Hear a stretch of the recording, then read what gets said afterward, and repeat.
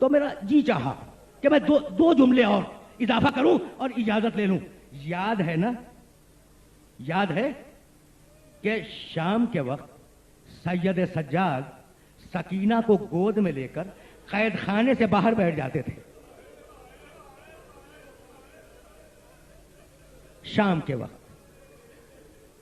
یاد ہے نا, کسی نے کہا فرزند رسول اچھا نہیں لگتا کہ آپ شاہراہ عام پہ آگے بیٹھ جاتے ہیں. کہنے لگے کہ پوچھنے والے میں کیا کروں, یہ قید خانہ اتنا چھوٹا ہے کہ شہزادیاں پاؤں پھیلا کر لیٹ نہیں سکتی.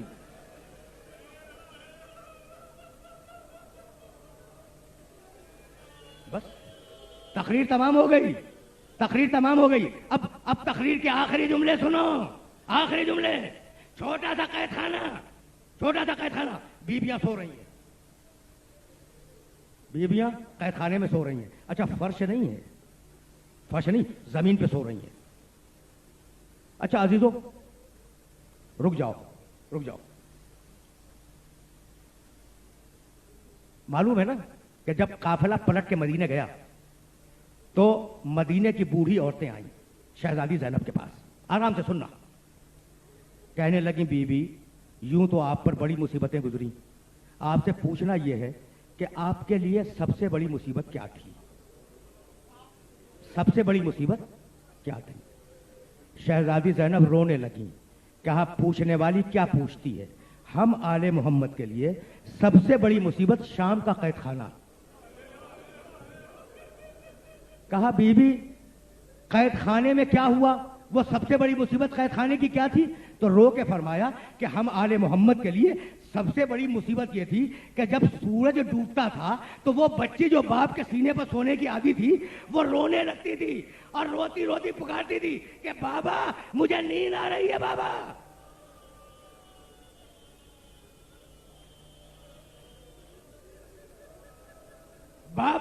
مجھے نیند آ رہی ہے, بابا مجھے اپنے سینے پہ سلا لو بابا.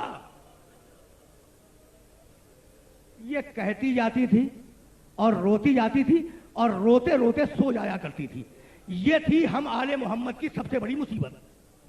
سن لیا نا, بس میری مجلس تمام ہو گئی. سب سے بڑی مصیبت کیا تھی؟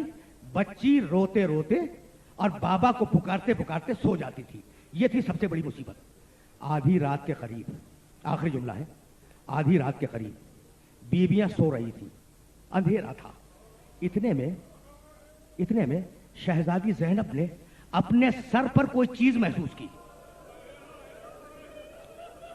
آنکھ کھل گئی, ایک مرتبہ ہاتھ رکھا, دیکھا ایک ننھا ہاتھ ہے جو سر پہ. سمجھ گئی کہ سکینہ کا ہاتھ ہے. کہا بیٹی سکینہ کیا کر رہی ہے؟ کہا پھوپھی اماں اپنے بابا کو تلاش کر رہی ہوں.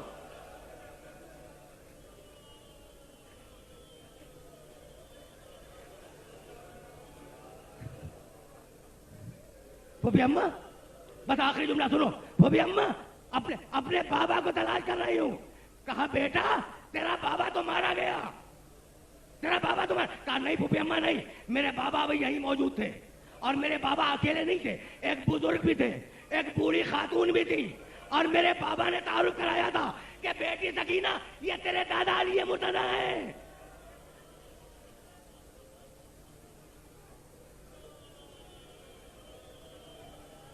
بیٹی سکینہ یہ تیرے دادا علی مرتضیٰ ہے, یہ تیری دادی فاطمہ زہرا ہے. سنو دو جملے اور سنو.